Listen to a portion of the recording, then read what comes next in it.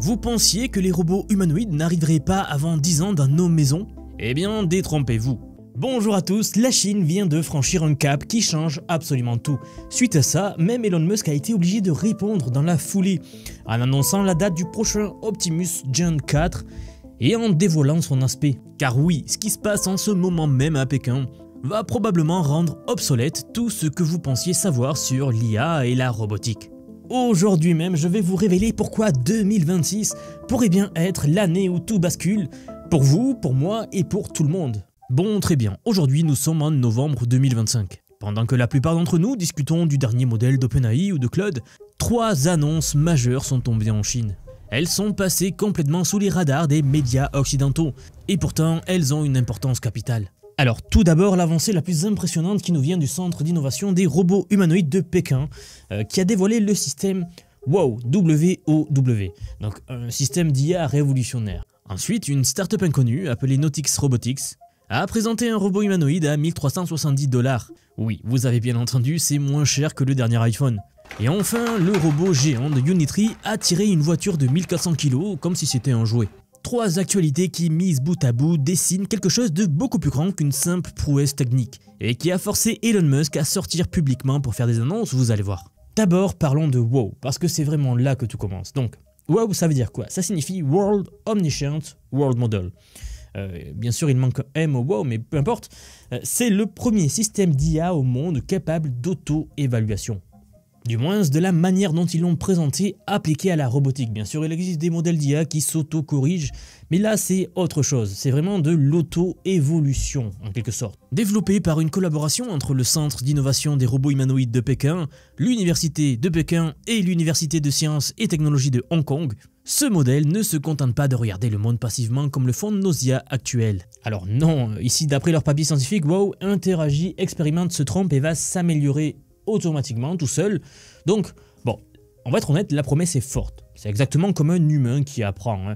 Et pour être sûr que tout le monde comprenne bien concrètement comment ça fonctionne, eh bien WOW va combiner un modèle de simulation physique, donc va simuler le monde physique, avec un modèle de vision langage. Donc une IA qui a la capacité de voir, comme par exemple l'IA qu'il y a dans Tesla. Donc les voitures, vous savez, autonomes, qui conduisent toutes seules, elles ont une IA qui leur permet de voir le monde. C'est comme ça qu'elles conduisent toutes seules.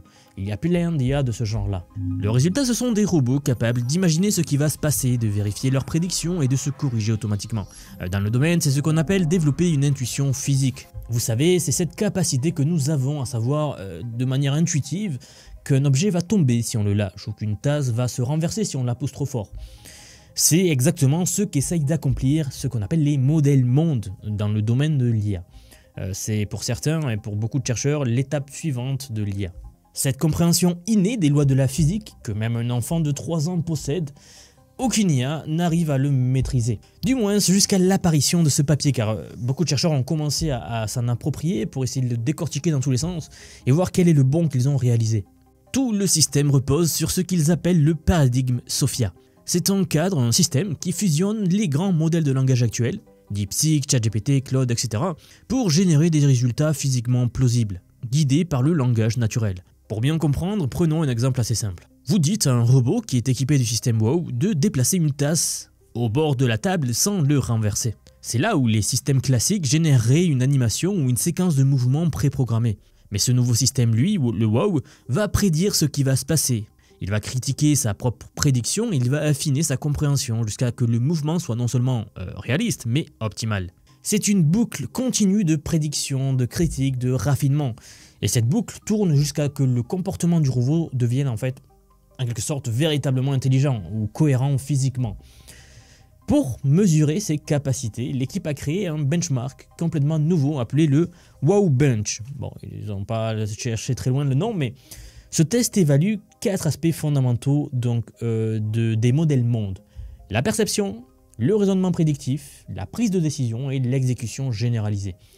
Quelque chose me dit que ce benchmark sera le nouveau benchmark pour tous les modèles d'IA monde. Les chercheurs ont même découvert que WOW peut être utilisé pour la synthèse de vues nouvelles et la génération de vidéos guidées par des trajectoires. Autrement dit, le modèle peut simuler à quoi ressemblerait un objet vu sous un autre angle et comment il se déplacerait dans une scène physique réelle. Le tout avec une logique cohérente derrière, bien sûr. Et ici, les auteurs de l'étude sont formels sur un point crucial. En gros, ils nous disent que c'est une étape cruciale vers la construction de systèmes IA dotés d'un véritable sens commun physique. Quand les robots ont accès à des données d'interaction massive avec le monde réel, et pas seulement à des vidéos ou du texte comme aujourd'hui, leur compréhension des causes et des effets, le cause à effet, devient infiniment plus ancré dans la réalité. C'est le chaînon manquant entre les chatbots d'aujourd'hui et l'intelligence incarnée de demain. Des robots qui ne se contentent pas de voir et de décrire le monde, mais qui y vivent vraiment, qui en apprennent continuellement et qui prennent des décisions indépendantes, basées sur une compréhension profonde de la physique. Bon, et pendant que les plus grandes universités chinoises poussent les limites de l'intelligence logicielle des robots et des modèlements d'IA avec ce WOW là, elle fait également des moves impressionnants du côté matériel, donc les robots en eux-mêmes, et en particulier sur le prix. Parce que oui, Nautix Robotics vient de dévoiler ce qu'ils appellent le robot humanoïde le moins cher au monde. Son nom c'est Boomy, et son prix annoncé est à 9998 yuan, c'est-à-dire environ 1370 $, ce qui fait environ également 1200 €. Pour vous donner une idée, c'est moins cher qu'un iPhone 16 Pro, c'est moins cher qu'un MacBook Air, et même moins cher qu'un bon drone DJI. Et ce n'est pas juste un jouet, attention, c'est un vrai robot humanoïde bipède, qui marche, qui parle, qui interagit. Boomy mesure un peu moins d'1 mètre, précisément 94 cm, et il pèse seulement 12 kg. Alors bien sûr, il est minuscule comparé aux robots grandeur nature, comme ceux de Unitree ou de Tesla. Mais c'est justement tout le concept. Nautix ne cherche pas à concurrencer les machines industrielles qui peuvent exister aujourd'hui ou qui vont exister. Il ouvre une toute nouvelle catégorie, les humanoïdes petits. Ceux qui sont légers, abordables et conçus pour l'éducation et l'usage domestique. Ce qui est dingue, c'est que malgré sa taille et son prix, Boomy peut marcher, garder son équilibre et même danser. Et il le fait avec une fluidité surprenante. Et quand on regarde les premières vidéos qui nous sont parvenues, on voit des mouvements d'une stabilité qu'on n'attendrait pas d'une machine de moins de 1400 $. La startup en fait nous a expliqué que ce prix cassé vient du choix de conception ingénieux. Donc ils nous ont dit qu'il y avait des matériaux composites légers, un système de contrôle de mouvement développé en interne, ce qui est très important, et une structure modulaire en quelque sorte qui est facile à réparer et à personnaliser. Ici, Boomy se concentre davantage sur l'engagement et l'apprentissage que sur le levage de charges lourdes ou les tâches industrielles. En fait, le modèle précédent de Nautix, le N2, s'est déjà vendu à plus de 2500 unités. Et ce petit robot a même couru un semi-marathon pour robots humanoïdes plus tôt cette année dont nous avions parlé et qui a fait beaucoup de bruit par l'image symbolique qu'elle représentait. Oui, en Chine, ils ont organisé des Jeux Olympiques robotiques. Et il y avait une catégorie qui était le semi-marathon où on voyait plein de robots en train de courir. Dans tous les cas, ce succès a positionné Nautix parmi les startups robotiques les plus prometteuses de Chine. Donc ça a du bon de gagner les Jeux Olympiques robotiques, n'est-ce pas? Maintenant, avec ce nouveau robot, le Boomy, leur objectif est assez clair, l'adoption de masse. Le robot fonctionne sur une batterie de 48 volts avec une capacité de plus de 3,5 Ah. Ce qui traduit simplement lui donne environ 1 à 2 heures d'autonomie par charge. Ce n'est pas grand chose, mais c'est une première version bien sûr. Il prend en charge la programmation graphique par glisser-déposer, donc même les enfants ou les débutants peuvent le coder facilement et le programmer pour faire des tâches spécifiques. Il y a aussi l'interaction vocale, ce qui lui permet d'agir comme un assistant personnel. Vous lui parlez avec des commandes simples et il le fait, du moins si vous les programmez. Alors, pour ce qui est de la disponibilité, bien sûr, nous, en Europe et dans le monde francophone, on ne pourra pas se les procurer, du moins pour l'instant, dans un premier temps. Mais en gros, ce qu'il se passe, c'est que Nautix prévoit d'ouvrir les précommandes entre le double 11 et le double 12. Peut-être ça vous dit rien, mais c'est les deux plus grands festivals de shopping en Chine. C'est une période dédiée, c'est comme nous le Black Friday ou des choses comme ça, une période de solde. C'est entre le 11 novembre et le 12 décembre en fait. Bon, mais vous pourriez me demander, mais pourquoi est-ce qu'il me raconte ça? Parce que en fait, faut que vous compreniez que c'est un timing stratégique considérable. C'est la haute saison des achats du pays et il vise le même type de buzz en fait qu'on voit avec le lancement de smartphones. Et ça risque de généraliser l'adoption des robots dans les foyers de chacun, qui va sans doute arriver beaucoup plus vite qu'on ne le pense. Mais remontons maintenant d'une catégorie. Passons des robots petits et sympathiques à celui qui montre une force et une précision pure. À l'Académie d'intelligence artificielle de Pékin, des chercheurs ont pris le robot humanoïde G1 de Unitree, donc un des plus connus, et lui a lancé un défi, tirer une voiture. Oui, une vraie. Vous savez, le géant ne pèse que 35 kg et mesure environ 132 cm. Pourtant, il a réussi à tirer un véhicule pesant 1400 kg sur une surface plane. Certes, la voiture était sur un sol lisse, donc les frottements étaient faibles. Mais tout de même, l'équilibre et le contrôle nécessaires pour réaliser cela est d'un autre niveau. Car c'est ce qui impressionne, ce n'est pas seulement que le robot ait pu déplacer la voiture, mais comment il l'a fait. Dans la vidéo, on le voit se pencher fortement en arrière, bouger ses pieds rapidement pour maintenir la traction, et s'ajuster constamment pour rester debout. Il a fait tout ça de manière autonome, donc aucun humain n'est aux commandes ici. Le fait qu'il puisse maintenir son équilibre dynamique tout en tractant une charge qui représente environ 40 fois son propre poids, en fait, montre à quel point les systèmes de contrôle de mouvement et de feedback des robots, les IA, ont progressé. Et cet équilibre dynamique est essentiel d'ailleurs pour les robots humanoïdes travaillant dans les environnements humains. Ça va être la base de tout. Pensez aux entrepôts, aux usines ou même aux missions de sauvetage. Un robot comme celui-ci, le G1, pourrait transporter du matériel sur un terrain accidenté, enjamber les débris ou aider à déplacer des objets sans risque pour l'humain. Bien sûr, Unitree est connu pour ses démos spectaculaires, on en parle souvent sur la chaîne, les saltos arrière, les sprints, les récupérations après avoir été poussé violemment, etc. Honnêtement, je pense que tout le monde connaît ce robot aujourd'hui en 2025. Ce test démontre vraiment un contrôle pratique, ce n'est plus seulement pour le spectacle. On voit bien que leur modèle commence à gérer la physique et le monde réel de la manière dont on attendrait d'une machine fiable. Mais bien sûr, comme d'habitude, il reste des défis. Même avec tous ces progrès, la plupart des robots humanoïdes peinent encore avec la dextérité des mains. Ils peuvent marcher, courir ou garder l'équilibre. Mais bien sûr, accomplir des tâches délicates comme boutonner une chemise ou saisir un objet fragile par exemple est encore loin d'être parfait. Les développeurs se concentrent sur rendre ces mouvements-là plus naturels et sûrs pour les environnements de travail, mais c'est en cours de développement. En tout cas, on est probablement encore à quelques années de les voir déployer massivement dans les lieux de travail quotidiens. Et maintenant, parlons d'Elon Musk. Parce que pendant que la Chine dévoilait ses 3 annonces majeures, Elon Musk a lâché une bombe lors de la conférence téléphonique sur les résultats du 3e trimestre 2025 de Tesla.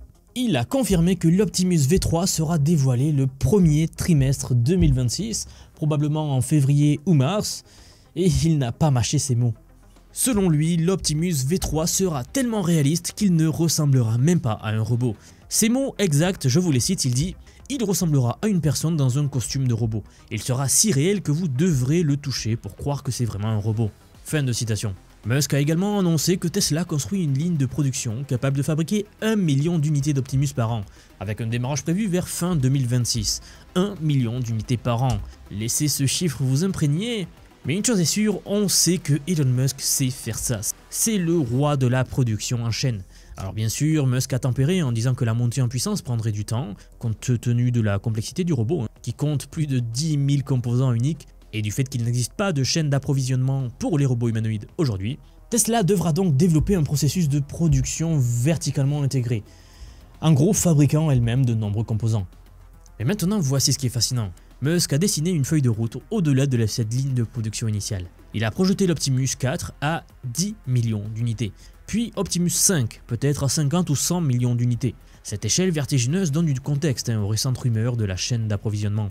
Comme une certaine commande massive qui n'a été non confirmée aujourd'hui, mais dont les rumeurs circulent, de 685 millions de dollars pour des actionneurs qui seraient suffisants pour environ 180 000 unités de ce robot-là.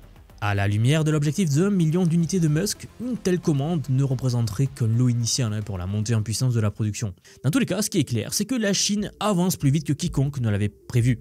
Et si ce rythme continue, 2026 pourrait devenir vraiment l'année des robots, où ils peuvent entrer dans une maison, préparer un repas, nettoyer eux-mêmes, etc. Pas parce que quelqu'un a programmé chaque mouvement, mais parce qu'ils comprennent véritablement ce qu'ils font, grâce à des systèmes comme le WOW que je vous ai présenté au début de la vidéo. Alors voilà où nous en sommes fin 2025, je me devais de vous faire cette vidéo.